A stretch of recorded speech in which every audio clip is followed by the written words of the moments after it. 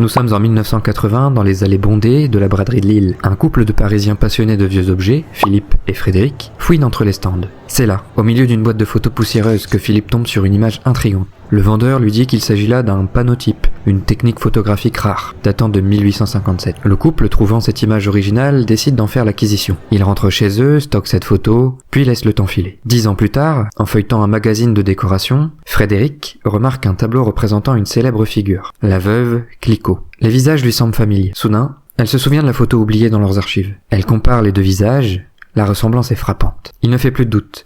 La mystérieuse photo achetée lors de cette braderie de 1980 représente la légendaire Barbe Nicole Clicquot-Ponsardin et sa famille. En 1992, lors de la sortie d'un livre sur la maison de Champagne, le couple de Parisiens découvre une mention disant qu'il n'existe qu'une seule photographie de la veuve Clicquot. Amusés, ils comprennent et réalisent qu'ils détiennent une deuxième photo précieuse. Les années filent et en 2005, grâce à un ami commun, Philippe rencontre un œnologue de la célèbre maison de Champagne.